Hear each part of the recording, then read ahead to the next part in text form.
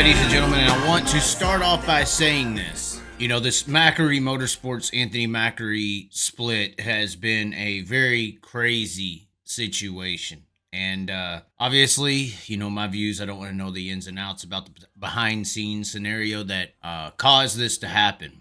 But today, they did announce a replacement driver for the 39M car. Obviously, Anthony is going to be doing some duties in the 7BC car. Who knows what else he will be doing. But I also saw within this announcement of the driver, and we're going to be talking about that today, a lot of comments directed slanderously towards Anthony's father, Nick Macri. And I think that there is a little bit of a misinterpretation of how this situation has went down. Obviously, there's a lot of backstory. Probably with any truth story in this type of deal, there's that truth, this truth, and the actual truth in the middle somewhere. But at the end of the day, the actual truth is Anthony Macri did walk away from this 39M machine. It was not a situation where he was put out of it, but he left it. And those shoes are going to be, or are hard to fill. Because Anthony Macri is a very talented race car driver and has went through the gauntlet known as the Pennsylvania Sprint Car Region. Now, the announcement is here. The driver of the Macri Motorsports machine is going to be Justin Sanders, and he will start piloting the machine on July 27th. This is I believe, an all-star race at Lake Ozark Speedway. The 39M will be raced at the high limit race July 25th at Grandview. I'm hearing Briggs Danner as a potential guy. A lot of Parker Price Millers, rumors, all that for Tuesday. The rumor is still out, but there is no rumor out on who is going to drive the 39M car through the Jackson Nationals, and they actually have a schedule here. Grandview, you'll have the fill-in driver, and then Sanders from Lake Ozark, I-70, Knoxville, Kokomo, Knoxville, Oskaloosa, Knoxville, Houston, Jackson. Now, I just got through explaining to you, because there's a lot of comments in this comment section that are very interesting. I just got explaining to you of a guy named Anthony Macri who went through the PA gauntlet of regional racing and has done a lot. Now, you know, this Justin Sanders and the Chaz thing, it goes back. I mean, obviously, this is in 2019. I was at Placerville, and, you know, Justin Sanders and his car owner at the time, Jovan Schriltz. We had our Larson versus Sanders battle. And this was a very interesting thing because I got to learn about Justin Sanders more and more and how badass this 121 car actually is. And rest assure you, the driver behind this 121 car at this time in 2019 is a bad mother, you-know-whatta. This is a monumental signing here for the 39M car of Macri. Because, yes, Anthony Macri's from this area, and he's went through the gauntlet of PA racing, but Justin Sanders has went through the gauntlet of the California racing scene. You know, this is a guy who is kind of like a Danny Dietrich. You know, I was hanging out in the pits last night, afterwards, and everybody's loading up in their nice fancy haulers and pulling away. There were just a few guys left who actually had to work on their stuff and get it ready for the next day. That was Danny Dietrich and the Justin Peck team. And a few others were hanging out. But the Danny Dietrich type cloth is you got to work on your shit. And I really respect that. You know, in the sprint car racing world, I've been saying it a lot lately. We deal with these cell phone drivers. I just get in the car and drive, and that's my job. That's why I call it the co-trickle effect, because that's technically the first person in motorsports to actually make that statement publicly. But Justin Sanders is not a get in the car and drive. Now he may be. Now he may have earned his right to be that guy to get in the car and drive, but I guarantee he's going to be working on it just right by the side with all the people, the 39M car, and going to be giving great feedback because he's worked on them his whole life. He came up through nothing. I mean, when I went out there and met him in 2019, he was in a damn house in a single car garage working on his personal 360 car and the 410 car, the 121 you just saw. So, I mean, this is a guy who has come from nothing. And the main reason I pointed out the Justin Sanders of the world, and especially in 2019, is there's a lot of guys who literally come from nothing and don't get the opportunities that other drivers may get. There's guys out here that are winning, being just as successful in any opportunity that they do get. It's just not certain levels of opportunity. Doesn't mean that it's different levels of talent. Regardless, this combination of the 39M car and Justin Sanders is about as lethal of a combination as Paul Silva and Kyle Larson. This is a Ferrari. And now you're putting, in my opinion, since 2019, one of the most successful, deserving, hard-workingest damn drivers in the country in the car. Now, a lot of these PA people are hating on it because they're Anthony Macri fans. But in my opinion, this is a slight upgrade for the 39M car. That's just me looking at the talent. Now, why would I say that? There's a lot of things for me to say slight upgrade and lethal combination. You know, Justin Sanders is, even in that video, you got a fan in the crowd saying that Justin Sanders is one of the best bull ring racers in the world. And I think you have a little bit easier of a chance turning a bull ring racer into a thoroughbred racer, more so than you have a thoroughbred racer turning him into a bull rider. Now, Justin Sanders, I mean, just looking at this 2023 season, you have here on the Dirt Tracker Analytics page, Justin Sanders and his high limit graph right here for his last 5 races. Pretty good, analytics section here with the Dirt Tracker, dirttracker.com. Look for that. And that's his graph in the last 5 races. And this is Anthony Macri's graph in the last 5 races. Somewhat similar. One goes one way, one goes the other. But then I also want to point out something to you that this schedule right here, it really goes towards. What does this schedule look like? Well, I see Knoxville Raceway 1, 2, 3 weekends. A single night event, a 3-day event, and then a 4-day event, technically, at the Knoxville Nationals. So this is at the Knoxville Raceway. So this is going towards the Nationals. Anybody who would be surprised at this Lake Ozark race, because this is a shorter track, it's a bull ringer style track. If the 39M rolls out and Justin Sanders wins first night out, that is not a surprise to anybody who is knowledgeable about the driver getting behind the wheel of this 39M car. You will not be surprised. If you are surprised by that, you do not understand motorsports. You do not understand how to properly judge talent. You are too biased to make a fair judgment. It is unfortunate some of you are biased because some of your biasness is making you a little blind to how the 39M car plus Justin Sanders could be a W at Lake of the Ozark. Now, you may think going I-70, big track, Knoxville Raceway, you would say Anthony Macri is a better race car driver at a big track than Justin Sanders. Justin Sanders is a bull ringer. Anthony Macri's been on half miles his entire life.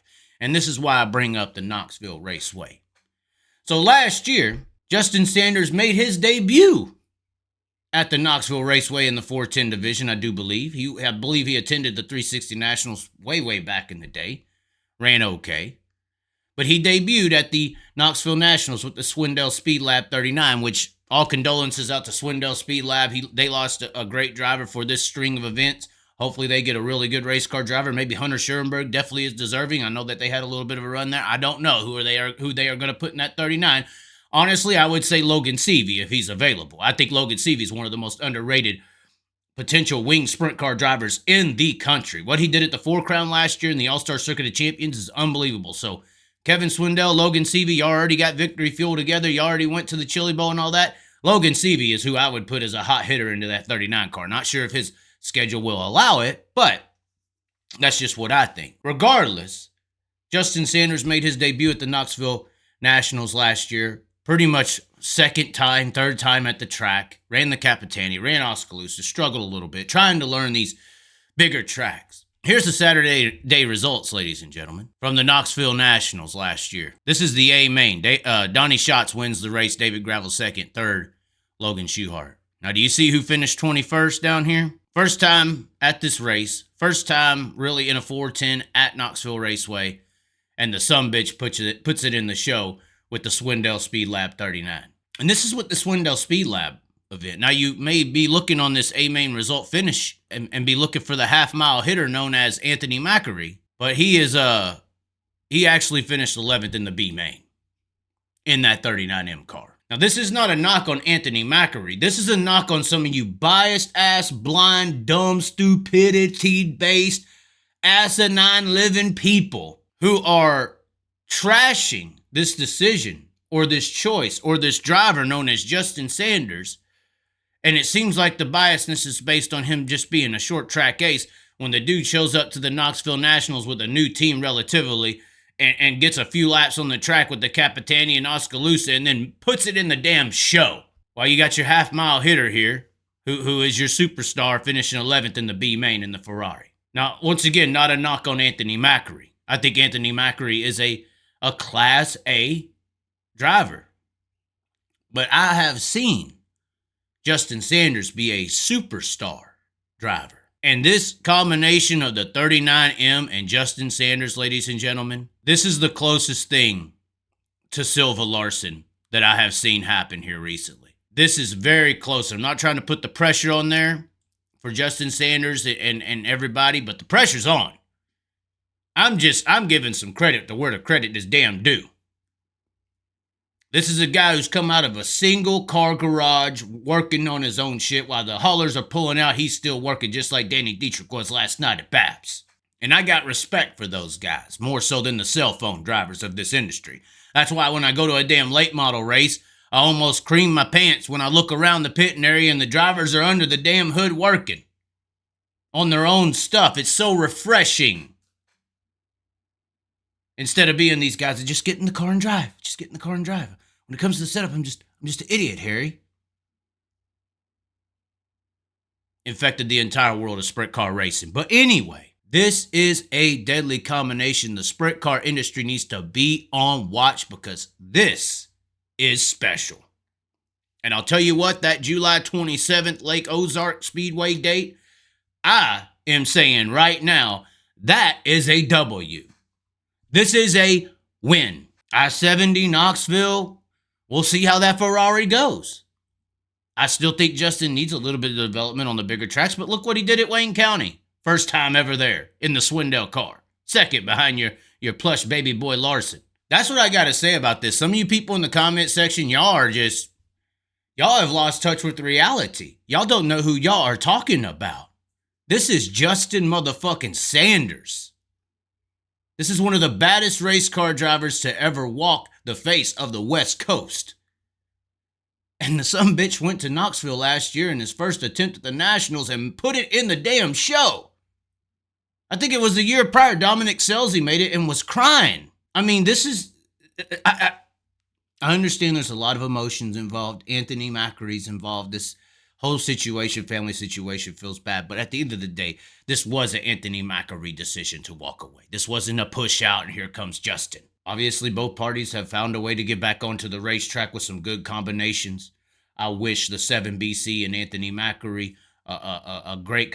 He performed very well at Lernerville. All the best wishes. Hopefully, Tyler Courtney, he gets back into the race car. I hear that Anthony Macri in it for the rest of the year is some kind of news. I don't know how factual that is, but he's set.